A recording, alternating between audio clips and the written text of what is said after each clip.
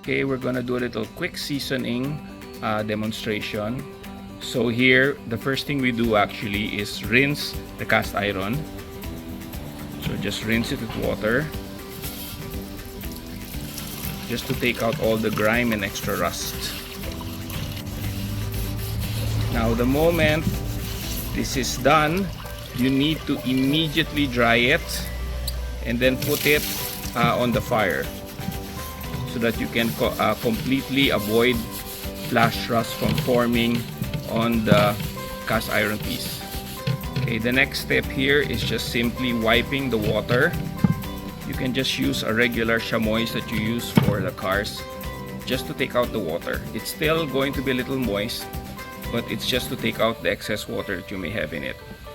Okay, now that it's on top of the burner, what I'm going to be doing first, that while it's cold, I'm going to be putting some beeswax on top. I'll be coating it cold. This actually has been the effective way of, at least from my experience, of doing this.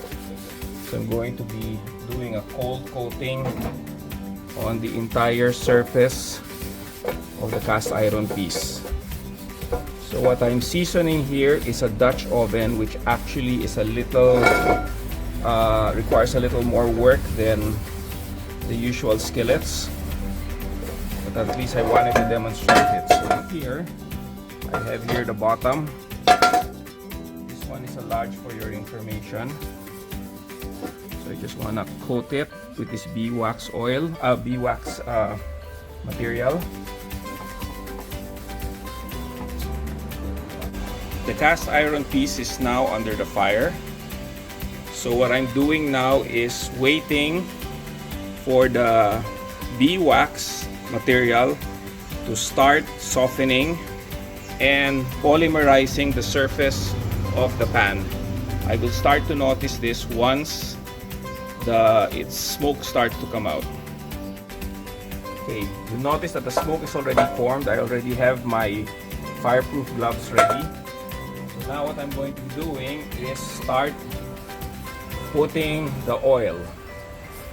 Now what I add the oil while it's hot, so it will easily go through the pores of the cast iron. What I'm using here for your reference is grapeseed oil, because grapeseed oil has a very high smoke point, and as a result of the high smoke points, it will allow the polymerization to be much harder than other oils that you may find in the market. You can try utilizing other oils, but you need to study which one has the most effective smoking point.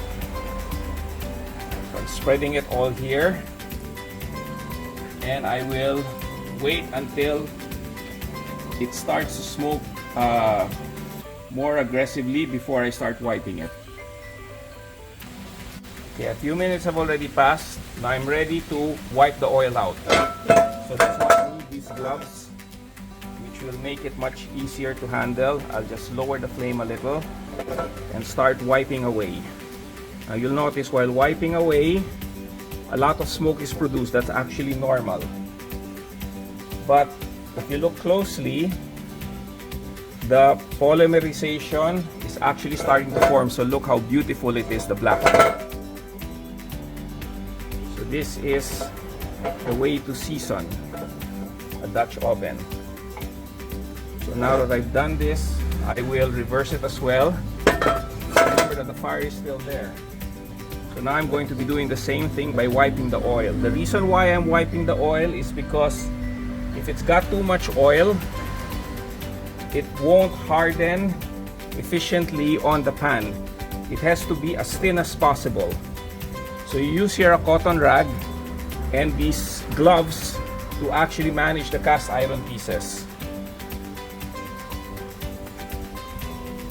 So I continue doing it back and forth and continue wiping it.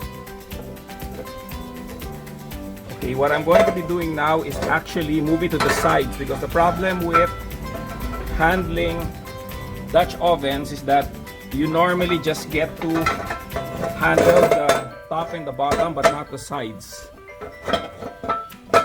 So what I will try to do here is put the Dutch oven on its side so it will be able to heat up the side. So after a while, I'm going to reverse it and move it to the other side. Okay, when it looks already nice and dry, or at least it doesn't look any more shiny, you turn off the fire and do a final wipe. You'll do the final wipe while it's still hot because you want to take out any leftover goo that's left on the piece.